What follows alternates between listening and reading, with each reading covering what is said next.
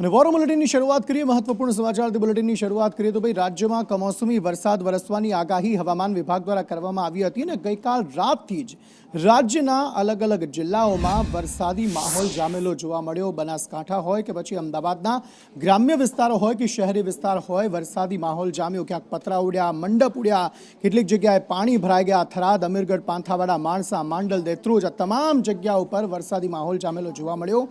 અને આ જ કમોસમી વરસાદના કારણે કેટલીક જગ્યાએ પાક નુકસાનીના જે દ્રશ્યો છે તે પણ જોવા મળ્યા। કેટલીક જગ્યાએ સોસાયટીઓમાં પાણી ઘૂસી ગયા તે પ્રકારની સ્થિતિ પણ જોવા મળી।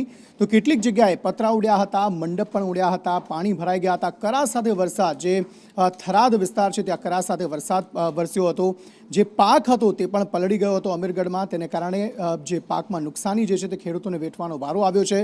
માર્કેટ યાર્ડની સ્થિતિની જો વાત કરીએ તો ત્યાં ઘણી બધી જગ્યાએ એવું થયું છે કે જણસ જે છે તે પલળી ગઈ છે। પહેલેથી કહેવામાં આવ્યું હતું કે પૂર્વ તૈયારીઓ રાખજો, તેમ છતાં પણ કોઈ પૂર્વ તૈયારીઓ રાખવામાં ન આવી, તેના કારણે આ જણસીઓ જે છે તે પલળી હતી।